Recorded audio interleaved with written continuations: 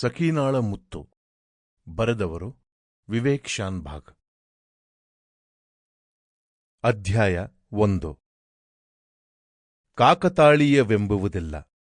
ಕೆಲವು ಘಟನೆಗಳ ಹಿಂದಿನ ಸಂಬಂಧ ಸೂತ್ರಗಳು ನಮಗೆ ಗೋಚರಿಸುವುದಿಲ್ಲ ಅಷ್ಟೇ. ನಾನೇ ಗೀಚಿದ್ದ ಈ ಸಾಲುಗಳು ಕಣ್ಣಿಗೆ ಬಿದ್ದಿದ್ದು ಹಳೆಯ ಪುಸ್ತಕವೊಂದರ ಕೊಟ್ಟ ಕೊನೆಯ ಖಾಲಿ ಪುಟದಲ್ಲಿ. ಹಿಂದಿನ ದಿನ ಬಂದ ಕಾರ್ಪೆಂಟರ್ ಕೊಟ್ಟ ವಿಸಿಟಿಂಗ್ ಕಾರ್ಡ್ ಹುಡುಕಲು ಬೆಡ್ರೂಮನ್ನು ಹೊಕ್ಕವನಿಗೆ ಅದು ಬಿಟ್ಟು ಬೇರೆ ಎಲ್ಲ ಕೈಗೆ ಹತ್ತುತ್ತಿತ್ತು. ಹಾಗೆ ನೋಡಿದರೆ ನಾನು ಬೆದಕುವುದನ್ನು ಹುಡುಕಾಟ ಅನ್ನುವಂತಿರಲಿಲ್ಲ. ನೀಟಾಗಿ ಮಡಚಿಟ್ಟ ನ್ಯೂಸ್ ಪೇಪರ್ ಸಿಕ್ಕರೆ ಅದನ್ನು ಜೋಪಾನ ಮಾಡಿದ್ದೇಕೆಂದು ಗೊತ್ತಾಗದೆ ತಲೆಕೆಡಿಸಿಕೊಂಡು ಪೇಪರಿಡೀ ಕಣ್ಣಾಡಿಸುವುದು. ಯಾವುದೋ ತರಬೇತಿ ಶಿಬಿರದ ಗ್ರೂಪ್ ಫೋಟೋ ಕಂಡರೆ ಆಗಿನ ನನಗೂ ಈಗಿನ ನನಗೂ ಇರುವ ವ್ಯತ್ಯಾಸವನ್ನು ಅಳೆಯುವುದು. ಆಮೇಲೆ ನೋಡೋಣವೆಂದು ಬದಿಗಿಟ್ಟ ಹೂಡಿಕೆಯ ಫಾರಂಗಳನ್ನು ಗಮನಿಸಿ ಕೈಚೆಲ್ಲಿದ ಅವಕಾಶದ ನಷ್ಟ ಅಂದಾಜಿಸುವುದು. ಹೀಗೆ ಕಾಲಾಂತರದಲ್ಲಿ ಪೇರಿಕೊಂಡದ್ದನ್ನು ಅನಗತ್ಯವಾಗಿ ಹಿಂಜುತ್ತಿದ್ದರೆ ಹುಡುಕಲು ಹೊರಟಿದ್ದು ಸಿಗುವ ಸಂಭವವಿರಲಿಲ್ಲ. ಇದೇನು ಮೊದಲ ಬಾರಿಯಲ್ಲ. ಏನನ್ನು ಹುಡುಕ ಹೊರಟರೂ ನನ್ನದು ಇದೇ ಕತೆ. ಇಂದೂ ಸಹ ಹೀಗೆ ಹಾದಿತಪ್ಪಿ ಮೈಮರೆತಾಗ ಹಳೆಯ ಪುಸ್ತಕದೊಳಗಿನ ಈ ವಾಕ್ಯಗಳು ಹಿಡಿದು ನಿಲ್ಲಿಸಿದವು.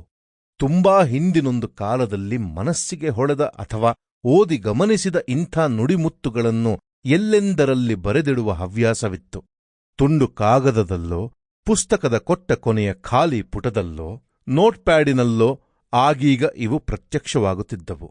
ಇಂದು ಅಚಾನಕ್ಕಾಗಿ ಎದುರಾದ ಈ 2 ಸಾಲುಗಳನ್ನು ವಿಜಿಗೆ ಓದಿ ಹೇಳಬೇಕೆನಿಸಿ ಅಡಿಗೆ ಮನೆಗೆ ಬಂದೆ.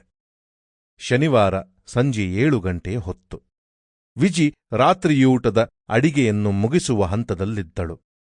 ಕುದಿಯಲು ಬಿಟ್ಟ ಸಾರಿನ ಮೇಲೆ ಒಂದು ಕಣ್ಣಿಟ್ಟು ಅಡಿಗೆ ಮನೆಯ ಕಟ್ಟೆಯನ್ನು ಸ್ವಚ್ಛಗೊಳಿಸುತ್ತಿದ್ದಳು.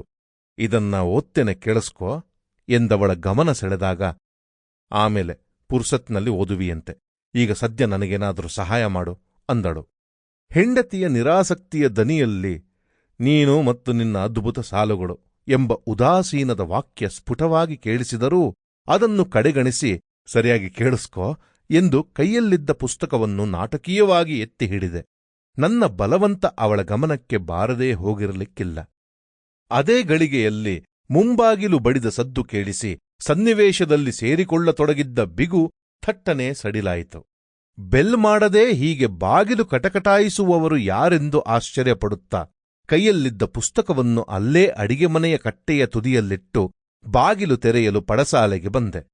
ಮುಂಬಾಗಿಲು ತಲುಪುವ ಮುನ್ನ ಆಗಂತುಕರ ಕಣ್ಣಲ್ಲಿ ಮನೆಯ ಪಡಸಾಲೆ ಹೇಗೆ ಕಾಣಿಸಬಹುದೆಂದು ಸುತ್ತಲೊಮ್ಮೆ ಮಿಂಚಿನಂತೆ ಕಣ್ಣು ಹಾಯಿಸಿ ಹರಡಿಬಿದ್ದ ವೃತ್ತಪತ್ರಿಕೆಯ ಪುಟಗಳನ್ನು ಅವಸರದಲ್ಲಿ ಮಡಚಿಟ್ಟು ಸೊಟ್ಟಗಿದ್ದ ಕುರ್ಚಿಯನ್ನು ನೆಟ್ಟಗಿಟ್ಟು ಸೋಫಾದ ಮೇಲೆ ಬಿಸಾಕಿದ್ದ ಕೈಯೊರೆಸುವ ಸಣ್ಣ ಟವಲ್ಲನ್ನು ಅದು ಅಲ್ಲಿ ಬಂದದ್ದು ಹೇಗೆಂದು ಆಶ್ಚರ್ಯಪಡುತ್ತಲೇ ಕೈಗೆತ್ತಿಕೊಂಡೆ. ಕೊಳೆಯಾಗಿದ್ದ ಟವಲ್ಲನ್ನು ಅತಿಥಿಗಳಿಂದ ಅಡಗಿಸಿಡಲು ತಕ್ಕ ಜಾಗ ಕಾಣಲಿಲ್ಲ.